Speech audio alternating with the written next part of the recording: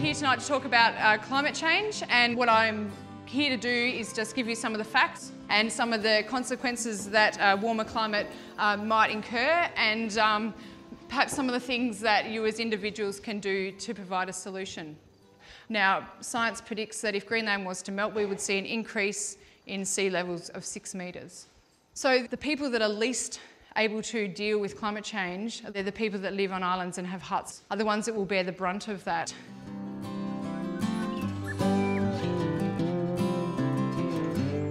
Have your drink. Have your drink. Oh, yeah.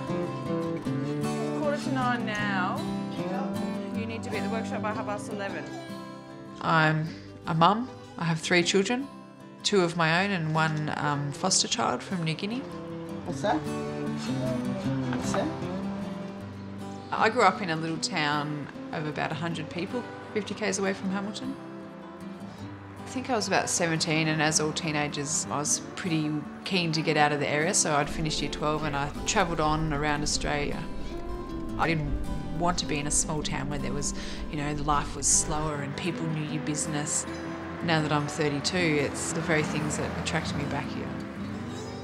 I love the fact that people look after each other here in Hamilton, and farming communities. I love farmers. I think the farming community is extraordinary, and they're very resilient and they're very intuitive. Get up! My mum and dad were farmers. First of all, we farmed a dairy farm, and then it became a beef and wool farm. When I first came back after 10 years away, I think the thing that struck me first was how dry it had become here.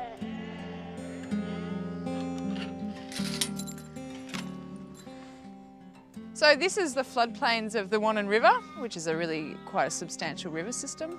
It's still green yet, but 10 years ago this would have been flooded right from the entire fence line around. We used to actually sneak around the back and come and watch brolgas dance on the swamp here. So it's not really a swamp anymore.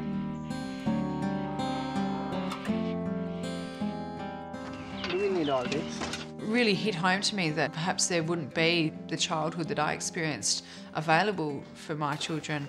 And so I thought, well, there must be other people, surely. So I wrote a letter to the Spec, which ended up being a front page article saying, well, if you have concerns, come on down. I'm going to hang out at the local coffee shop. Come on down and maybe we can do something together about lowering our carbon footprint, or at least let's talk about it.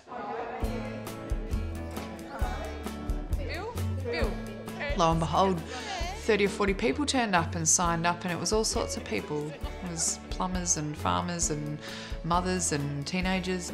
We brainstormed local projects that could be done in this area, and we found the focus of Walk Against Warming, so that was our major project last year.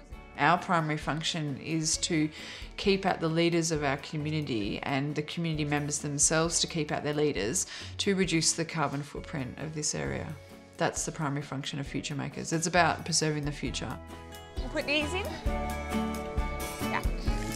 I think when you have children, you have to find the hope in a situation. You have to look for action. You can't just go straight from awareness to despair.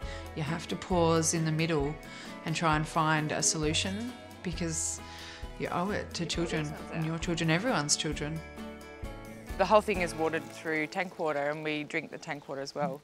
I just pulled out the winter crop, which was broccoli and silver beet and lots of parsley. It's good because you can just come out and pick your dinner. I'm very aware that every time I get in my car, the impact of me driving will probably be felt by someone in Bangladesh. Here we are, little kid. There's no way of separating climate change from any part of your life. Beep, beep, beep, beep.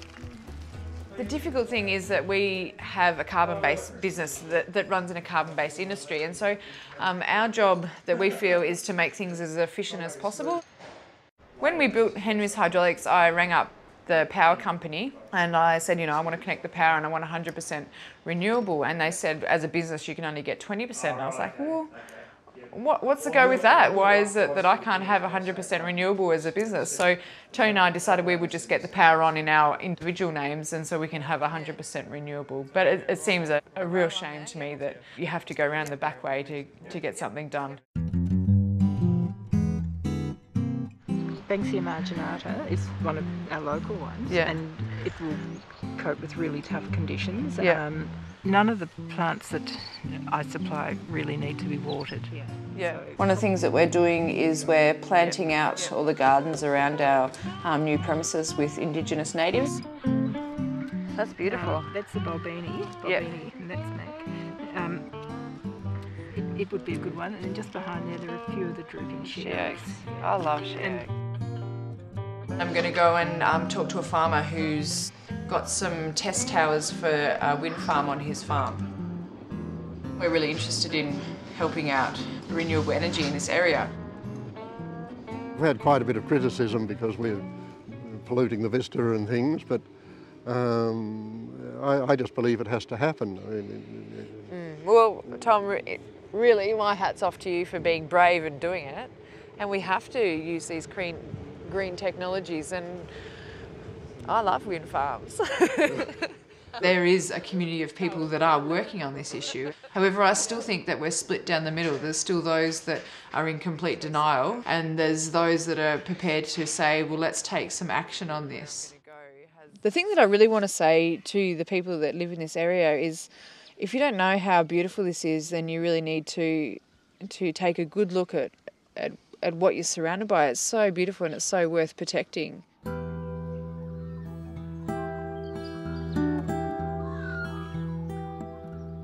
I guess the thing that makes me most sad is that moment really early on in the morning where it's a fresh new day and the world's very quiet. There's that sense that, yes, the world is a very big place and like a woman, it's robust in so many ways, but like a woman, it's fragile in so many ways. And I think there's only so much that we can take from the earth before maybe she won't get back up again. This is bigger than religion, it's bigger than country borders, it's bigger, it's about the future of children, and women essentially know that because we are the life givers. Papa. Papa. My hope for the future, my greatest hope for the future, is that women will stand together and that we will say, no, this is not good enough. We can't treat our planet like this. Just stop until we find this solution. And I think the solution's there. We just need to help people with a push to find it.